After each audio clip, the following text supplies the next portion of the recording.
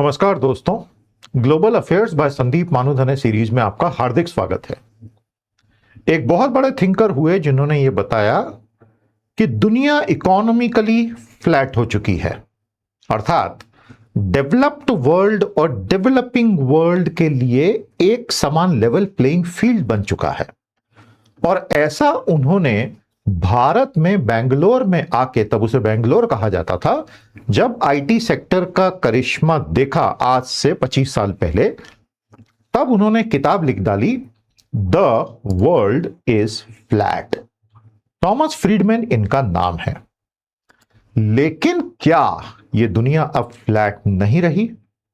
क्या ग्लोबलाइजेशन पूरी तरह रिवर्स में जा चुका है क्योंकि जियोपॉलिटिक्स बदल चुकी है? यही हमारा आज का इन्वेस्टिगेशन का मुद्दा है। हमारे साथ अंत तक बने रहिए। द वर्ल्ड इज फ्लैट अपने आप में एक बहुत ही इपोकल थ्योरी रही है। हम उसी का एनालिसिस आपको आज देंगे और आप पर यह निर्णय छोड़ेंगे कि क्या दुनिया फिर से गोल हो गई है या अभी भी वो फ्लैट ही है। प्यारे दोस्तों, हमेशा याद रखें, सत्यमेव जयते नानृतम, सत्य की ही जीत होती है, असत्य की कभी नहीं। आइए काम शुरू करते हैं। The world is flat, was flat, Thomas Friedman's great idea dying.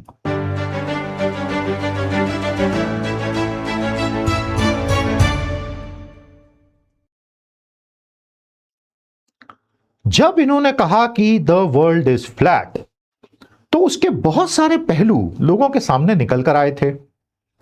पहली बात थी कि इंटरनेट जब 1990s में आया, हमने वो दौर देखा है जब पहली बार हमने खुद एक ईमेल खरीदा था।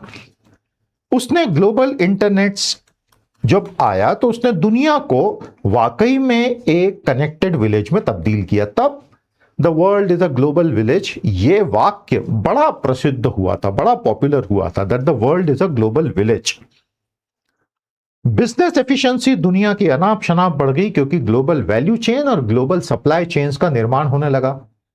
और कम से कम उन कुछ दशकों तक, 2-2.5 दशक तक हम इस अजम्पशन में जीते रहे कि अब यह मॉडल कभी चेंज हो ही नहीं सकता। लेकिन फिर इतने सारे युद्ध, इतने सारे फ्रैक्चर्स, इतने सारे जियोपॉलिटिकल टेक्टोनिक शिफ्ट और इतने सारे नए नए फन्ने खां धुरंधर नेता उठ खड़े होंगे जो पूरी दुनिया को ही तोड़ के तबाह करने की दिशा में निकल पड़ेंगे। ये किसने सोचा था? लेकिन वो हुआ, हमारी आंखों के सामने ही हो गया भैया। Individual power in terms of knowledge and collaboration बहुत बढ़ी, इससे बहुत पॉजिटिव एनर्जी क्रिएट हुई थी और ग्लोबल इंपैक्ट एंड अपॉर्चुनिटी आई। इसीलिए कहा गया ग्लोबल लेवलिंग हो चुकी है, समतल हो गई है दुनिया। इंडिया से निकला हुआ एक सॉफ्टवेयर इंजीनियर वो कर सकता है जो अमेरिका में हो सकता है, और कुछ समय के लिए यह सच भी था। हालांकि अब एआई ने आके इसके बहुत सारे डायमेंशंस को रीडिफाइन किया है। कोई भी चीज खत्म नहीं होती कभी, एक्सट्रीम पे बात करना बेकार है, लेकिन चेंज होती है। तो ये फ्लैट वर्ल्ड थ्योरी जो ये भाई साहब ने दी थी, और उस समय उनकी किताब, अरे क्या बिकी थी भैया ये किताब। The flat world theory actually said that globalization of technology have made the world more equal for competition. That's it. Simple सी थ्योरी है। वैश्वीकरण और प्रौद्योगिकी ने, खासतौर पर इंटरनेट और सैटेलाइट्स ने, दुनिया को प्रतियोगिता के लिए और बराबर कर दिया है। तो अगर आज एक गरीब देश है, पिछड़ा देश है, वीक देश है, कमजोर देश है, विकासशील देश है, वो पूरी ताकत से अमेरिका के साथ कॉम्पीट कर सकता है नॉलेज प्रोडक्ट्स में, कम से कम।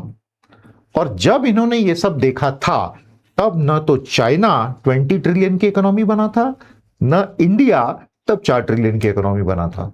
और इसलिए तब वो ये फ्यूचर को देखते हुए लिख रहे थे, जो उन्होंने सही देखा था, इसमें कोई शक नहीं।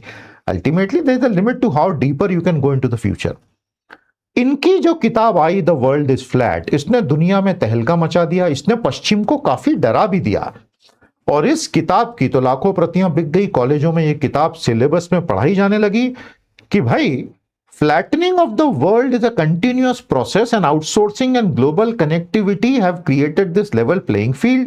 और एक्चुअली ये हुआ क्योंकि अमेरिका से आउटसोर्सिंग मैन्युफैक्चरिंग की होने लगी और अमेरिका की सारी कंपनियां अपना बैक ऑफिस इंडिया को आउटसोर्स करने लग गई। चाइना को मिला मैन्युफैक्चरिंग का आउटसोर्सिंग, बैक एंड सॉफ्टवेयर और बेसिक बिजनेस प्रोसेसिंग का इंडिया को मिला। और दुनिया कम से कम 15 सालों के लिए, जब तक 2008 की भयानक क्राइसिस नहीं आई और फिर डोनाल्ड ट्रंप का उदय नहीं हुआ, तब तक इस भ्रम में थी कि अब ये एक परमानेंट मॉडल बन चुका है। परमानेंट तो छोड़िए, अब ये रिवर्स गियर में जा चुका है, आपके सामने ही है। हमारी सीरीज का दोस्तों, जैसे मैंने कहा, आज ये 55th सेशन है। देखते देखते हम 55वें सत्र पे आ गए हैं। अगर आप हमारे चैनल पर नए हैं, आपका बहुत बहुत स्वागत। चैनल को सब्सक्राइब कर लीजिए और ये प्लेलिस्ट जो है ग्लोबल अफेयर की, सेशन 1 से 55 तक सारे देख डालना एक बार। पूरा ज्ञान का भंडार इकट्ठा हो गया और ये बनता ही जाएगा लंबे समय तक। बस आपका साथ बना रहे, यही गुजारिश है। तो दोस्तों, इस तरह से इनके 10 फ्लैटनर्स, मैं आगे आपको बताऊंगा कि वो समतल कर देने वाले कौन से 10 तत्व थे जिन्होंने दरअसल इस दुनिया को समतल बना दिया और उस वक्त विकासशील पिछड़े देशों के लिए एक बून, मैना फ्रॉम हेवन क्रिएट हो गया कि आप अब विकसित देशों से भी कॉम्पीट कर सकते हैं, जो कि उन्होंने किया भी। समझ में आया आपको? जब इन्होंने ये आइडिया प्रपोज किया, इस विचार को प्रतिपादित किया, तो उन्होंने 10 फ्लैटनर्स दिए। मैं आता हूं इसके ऊपर 1 मिनट में कि ये कौन से 10 फैक्टर्स थे जिन्होंने फ्लैट वर्ल्ड क्रिएट किया था। द 10 फ्लैटनर्स बहुत ही इंसाइटफुल है। देखिए, ग्लोबल अफेयर और जियो पॉलिटिक्स, जो कि मेरा बहुत ही रुचि का विषय ऑलमोस्ट 30-35 सालों से रहा है, जिसमें मैंने एकेडमिक थ्योरी भी बहुत पढ़ी है, सिर्फ day to day current affairs नहीं, वो तो प्रैक्टिकल होता है। उसके थ्योरेटिकल फ्रेमवर्क्स आप जब पढ़ते हैं तो आपको डीपर चीजें समझ आती हैं। जब आप इस तरह के टॉमस फ्रीडमैन जैसे विचारकों को सुनते हैं, उनकी किताबें पढ़ते हैं, इतिहास का बहुत कुछ पता चलता है आपको। जियो politics is a study of history also. मतलब आज आप यहां खड़े हैं, उसमें आपको बहुत सारे ऐतिहासिक तत्व अपने आप साथ दिखाई देने लगते हैं, इसलिए थोड़ी गहरी स्टडी करनी चाहिए, मजा आता है। Flattening of the world technology की वजह से हुई। 10 फ्लैटनर्स रहे, अभी गिन के बताऊंगा। ग्लोबल कंपटीशन दुनिया भर में अब ओपन हो गई, जिससे कॉस्ट गिरने लगी। आउटसोर्सिंग एंड ऑफशोरिंग, चाइना को हुआ, इंडिया को हुआ। टेक्नोलॉजी ने सब कुछ इक्वल कर दिया। नए नए स्किल सेट्स आने लग गए। अरे भाई, मुझे आज भी याद है इन्फोसिस का जब आईपीओ आया था 92, 93, 94 के समय में, भारत में कोई सॉफ्टवेयर इंडस्ट्री नाम की चीज ही नहीं होती थी। ये सब जीरो से शुरू हुई, क्योंकि धीरे धीरे धीरे धीरे वर्ल्ड फ्लैट हो रहा था। तो भारत में सॉफ्टवेयर इंजीनियर बनना शुरू हुए थे। अब उसी तरह एआई इंजीनियर बनना शुरू होंगे। हालांकि उतनी बड़ी इंडस्ट्री शायद एकदम से ना बन पाए, नहीं उतनी ल्यूक्रेटिव, लेकिन कुछ ना कुछ तो बनेगा ही ना। ट्रिपल कन्वर्जेंस हुआ, नई प्रौद्योगिकियां, जीने के नए तरीके और करोड़ों नए लोग, इन्होंने मिलकर दुनिया को ही बदल डाला। लेकिन जो साइलेंट टाइम बॉम्ब चल रहा था, जो उस वक्त लोगों ने, खासतौर पे लिबरल लोगों ने इग्नोर कर दिया, विकसित देशों में, पश्चिम के बड़े अमीर धनाढ्य देशों में जिस जनता की नौकरी चली गई इस सब की वजह से, उनके अंदर एक ज्वालामुखी फटने को तैयार हो गया था।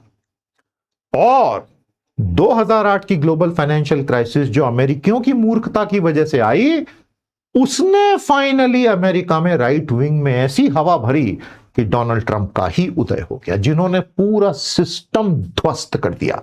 कौन सा सिस्टम ध्वस्त किया? Multilateralism of the world order created by America 45 to 2008।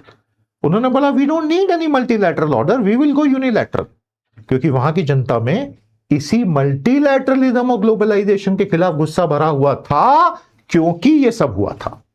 और उस गुस्से को सही आउटलेट नहीं देने का नतीजा है आज हम फिर से 20s और 30s में वापस चले गए। 1920s और 30s की बात कर रहा हूं। इतिहास अपने आप को ट्रेजेडी और फार्स के रूप में दोहराने लगता है भैया। एनीवे, तो ये जो एक बड़ा गोल्डन हेल्सियन पीरियड जिसको हम कह सकते हैं। एक बात बताइए, इस तरह के मैं जो डीप एनालिटिकल टॉपिक्स लाता हूं, आपको मजा तो आता है ना? मैंने आपको पॉल क्रूगमैन, किंडल बर्गर, रे डैलियो, मियर शाइमर, टॉमस फ्रीडमैन, इन सब से परिचय करवाया, अवगत करवाया, इनकी थ्योरीज डिटेल में बताई। I hope you are liking this approach. A word of appreciation in the comment or a critical review in the comment will be definitely appreciated। और आप 10 और सजेशंस दीजिए, हर चीज हमारी टीम नोट कर लेती है और हम सही समय पे वो चीज लेकर आ जाते हैं, क्योंकि आप सबकी इंटेलिजेंस से हमारा फायदा ही होगा। So go ahead, help us become more intelligent. दोस्तों, बर्लिन वॉल का टूटना एक बहुत बड़ा संकेत था कि साम्यवाद तो गया। अब साम्यवाद तो चीन में नहीं गया, वो अपने हिसाब से सोशलिज्म विद चाइनीज कैरेक्टरिस्टिक रहा, लेकिन कम से कम सोवियत यूनियन तो गया। इंटरनेट, अरे एक जमाना था इंटरनेट नहीं था यार, सोचो कैसी दुनिया थी। लेकिन इंटरनेट जब आया उसने इतनी भयानक क्रांति लाई जो आज हम सब जानते ही हैं। वर्क फ्लो सॉफ्टवेयर आ गए। अरे एक समय था ना विंडोज और ऑफिस ही नहीं होते थे भाई। आउटसोर्सिंग शुरू हुई चाइना में मटेरियल, और इंडिया में बिट्स और बाइट्स वाली। Rise of offshoring, rise of supply chaining, rise of insourcing, search engines आ गए। जी हां जी हां जी हां, एक समय में इनको थिंग माना जाता था। Rise of collaboration and digital and mobile. तो मैं आपको सीधे 25 साल पीछे ले गया हूं आज कि इन 10 फ्लैटनर्स ने दुनिया को बदला। ये थी थॉमस फ्रीडमैन की थ्योरी। समझ में आया या नहीं? तो दोस्तों, आज की जो डिजिटल और एआई नेटिव जनरेशंस हैं, जेन एक्स हो या जेन जी हो या जेन अल्फा हो या जेन बीटा, कोई भी आप टर्म यूज कर लीजिए, मोटे तौर पे जो आज 10, 12, 15, 18, 20, 21 साल का लड़का है लड़की है, दुनिया भर में कहीं भी, भारत हो या पश्चिम हो या चीन हो, कहीं भी, जिन चीजों के साथ आप पैदा हुए और आपने देखा, आपको यह पता ही नहीं कि पहले एक दुनिया थी जिसमें यह सब नहीं था, लेकिन थी ऐसी दुनिया, हमने देखी है वो, और ये आए तो उन्होंने दुनिया को बदला, फ्लैट कर दिया। अब जियोपॉलिटिकल स्कर्मिशेस हमें फिर से रिवर्स गियर में डाल के पीछे ले जा रही हैं, और एआई ने आकर इस पूरे खेल को रीडिफाइन करना शुरू कर दिया। मैं इसीलिए पिछले सेशन में ही, सेशन 54 में, वाई एआई वॉज वेपनाइज पे बात कर चुका हूं, क्योंकि अब ये सारे के सारे जियोपॉलिटिकल हथियार बन गए हैं। 4-5 साल अभी ये कांड चलता रहेगा, ये एकदम से खत्म नहीं होने वाला है, ये 4-5 साल ऐसे ही रहेगा, और उसमें से फिर एक ग्लोबल स्टेबिलिटी का पीरियड निकलेगा, लेकिन वो अपनी कीमत पूरी वसूल के जाएगा भैया, इतना बता दें आपको। तो क्या फ्लैट वर्ल्ड के कुछ बेनिफिट्स थे? अरे दद्दू, आप यहां बैठे हो आज फ्लैट वर्ल्ड की वजह से, क्योंकि फ्लैट वर्ल्ड ने ही भारत जैसे देश में इतनी सारी छोटी छोटी क्रांतियां लाई जो अदरवाइज पॉसिबल नहीं थी। जैसे कि अपॉर्चुनिटीज बहुत बड़ी, छोटी छोटी कंपनियां ग्लोबल मार्केट्स को इंटरनेट से एक्सेस करने लग गई, कॉस्ट बहुत गिरी। अमेरिका के जितने भी बड़े फाइनेंशियल सेक्टर के विजार्ड्स थे, अब आप समझिए अंदर की कहानी, पहले बताया इस सीरीज में मैंने, क्यों अमेरिका से इतनी मैन्युफैक्चरिंग आउटसोर्स हो गई चाइना को। वो नहीं भी तो कर सकते थे, उनके पास तो खुद की मैन्युफैक्चरिंग अच्छी होती थी, और वो पहले जापान से मार खा चुके थे इसमें, इसलिए उनके पास सबक भी था, प्रेसिडेंट भी था, लेकिन फिर भी चाइना को आउटसोर्स किया। क्यों? The financial elite of America, they were always very fearful of a strong middle class in manufacturing, because that strong middle class could anytime revolt against the financial elite. This is one theory. You may agree, you may disagree. And they always thought it better to eviscerate the middle class, send everything to China. Middle class ही नहीं रहेगा, ना बजेगा बांस, ना बजेगी बांसुरी, financialisation करते चले जाओ। इनफैक्ट इतना फाइनेंशियलाइजेशन हो चुका है अमेरिका में और अब इंडिया में भी कि ओरिजिनल मैन्युफैक्चरिंग की ताकत ही खत्म हो गई, जो उठा ली चाइना ने। नो डाउट अमेरिका का स्टॉक बाजार $75 ट्रिलियन पे खड़ा है, चाइना का मुश्किल से 15, 20, $21 ट्रिलियन पे खड़ा है, भारत का 5 पे, क्योंकि America is a hyper financialized society which is very dangerous. लेकिन अभी चौधरी की चौधराहट बरकरार है, जब तक है तब तक है, जिस दिन बुलबुला फूटा फुस हो जाएगा सारा मामला। Faster innovation, 2 brains are always better than 1 and 20 are always better than 10। तो ग्लोबल कोलैबोरेशन हुआ तो एक्सेस टू नॉलेज रातों रात सुधर गया, विकिपीडिया आया, विकिपीडिया ने क्रांति ला दी। आज तो एआई के चैटबॉट आपको हर चीज को एआई ओवरव्यू गूगल देता है, लेकिन एक समय ये नहीं था ना, तब विकिपीडिया ही था जो आपको बहुत स्ट्रक्चर्ड तरीके से ज्ञान देता था। ये क्रांतियां हुई हैं, और अब तो एआई ने विकिपीडिया को पूरा निगल दिया है, और उसी से एआई ओवरव्यू में आंसर आने लग गए हैं। Better access to knowledge and greater efficiency, ये जो 5 चीजें एक फ्लैट वर्ल्ड ने हमें दी, और ये कौन सा पीरियड था?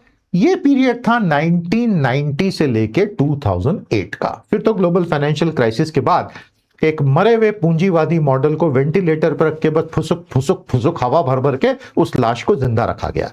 जिन्होंने ग्लोबल फाइनेंशियल क्राइसिस को पढ़ा है और हाउसिंग मार्केट के फ्रॉड को पढ़ा है और उसके बाद के प्राइवेट सेक्टर के बेलआउट्स के फ्रॉड को पढ़ा है, you will resonate with every word I have said.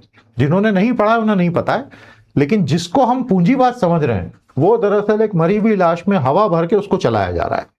क्योंकि बहुत सी कंपनियां मर जानी चाहिए थी 2008 में, जिन्हें टैक्स पेयर ने बेल आउट देके जिंदा कर दिया। तो यह कौन सा पूंजीवाद है? You are socialising the losses and privatising the profit. That is not capitalism, that is absolute crony fake capitalism. मैं अमेरिका की बात कर रहा हूं। आई होप आप समझ गए कि कौन से deeper forces were at work. और इस सब के बीच पॉलिटिक्स बदलने लग गई, बैकलैश शुरू हो गया, क्योंकि अमेरिका में जब लोगों की नौकरियां गई और फैक्ट्रियां बंद हुई, क्योंकि आपने तो आउटसोर्स कर दिया था चाइना और इंडिया को, वियतनाम को, वगैरह वगैरह अलग अलग चीजें, तो वहां के लोगों को जब अपनी फैक्ट्रियां खत्म होती दिखी, शहर बर्बाद होते दिखे, तो पॉलिटिकल रेवोल्यूशन के लिए अमेरिका तैयार हो गया था। उस रेवोल्यूशनरी फीलिंग को, जो भी थी वो फीलिंग, उसको शब्द देने का काम किया डोनाल्ड ट्रंप ने। और एक भयानक राइट विंग का उदय न केवल अमेरिका में बल्कि पूरे यूरोप में होने लगा। अब धीरे धीरे वो खत्म हो रहा है, लेकिन अभी है। तो जॉब लॉसेस, तो फैक्ट्री क्लोजर हुए, वेज स्टैग्नेशन चारों तरफ था। उसके बहुत सारे कारण थे, ये तकनीकी रूप से बहुत जटिल मुद्दा है।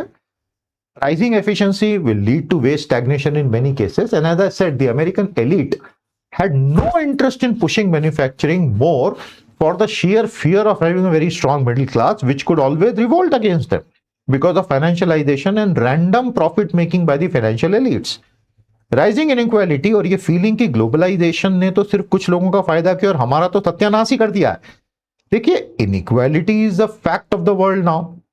दुनिया में आज की तारीख में असमानता टॉप 1% और रिमेनिंग 99% में इतिहास में कभी नहीं रही इतनी हो चुकी है। और ये उस टॉप 1% के लिए खतरे की घंटी है। दुनिया भर में वो घंटी सुनाई दे रही है, लेकिन वो टॉप 1% अपने आप में मदमस्त है, कटा हुआ है। और क्योंकि उसने पूरा मीडिया कब्जा कर लिया है अमेरिका में, look at the names of the owners of the media houses, they are all the elites. और क्योंकि सारी पॉलिटिक्स पे कब्जा कर लिया है वाया फंडिंग, तो उसे ऐसा लगता है कि they literally are gods walking on earth. हम मीडिया से ओपिनियन बना देंगे और हम तो सारी पॉलिटिकल पार्टीज को चंदा दे दे के खरीद ही चुके हैं, तो हमारे खिलाफ आएगा कौन?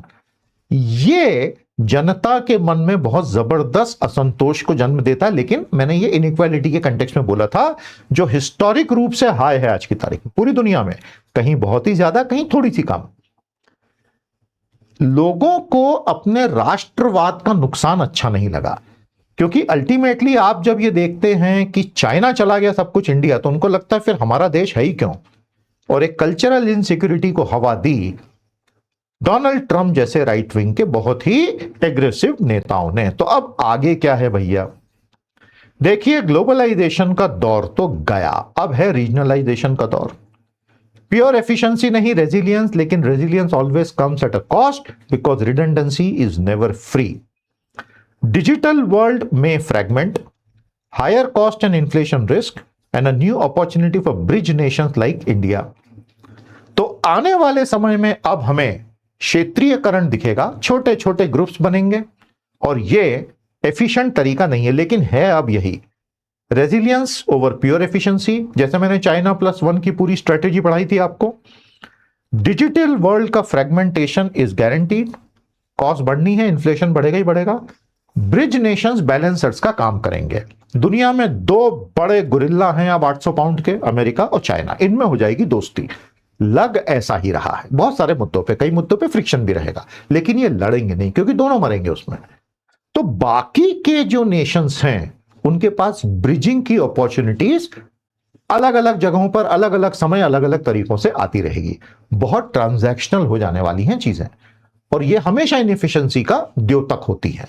तो मैंने सोचा आपको ये ब्रॉडर एस्पेक्ट बता दूं, और ये हम अपनी आंखों के सामने होता देख भी रहे हैं। हमने ईरान पे बहुत बात की, इजराइल पे बहुत बात की, उस कंटेक्स्ट में सोचिएगा। तो प्यारे दोस्तों, ये थी कहानी फ्लैट वर्ल्ड की। कैसी लगी आपको, समझ में आई पूरी बात? तो ये एक थ्योरेटिकल फ्रेमवर्क है जो बड़ा काम का है। सेशन को कंप्लीट करने से पहले मैं आपको आमंत्रित करता हूं, अगर आपने एआई में आज तक कुछ नहीं किया है तो ये एक बहुत शानदार कोर्स है एआई टर्बोचार्जर। 20 जून को हमारा फुल डे का ये कोर्स है। आप इस लिंक को ओपन करें, कमेंट में दिया है, आज के आज एनरोल करें और 20 जून सुबह 8 बजे हमारे साथ जुड़े हैं। शनिवार को मजा आ जाएगा। हमारे इस चैनल को सपोर्ट करने के लिए नीचे ज्वाइन का बटन है। 5 लेवल्स हैं हमारे मेंबरशिप के, सब में लगातार नए नए नॉलेज वीडियोस आते रहते हैं। लेवल 3 और 4 सबसे ज्यादा सक्सेसफुल है, आप आइए उसमें ज्वाइन कीजिए, फायदा उठाइए, ये सारी चीजें आपको मिलेंगी।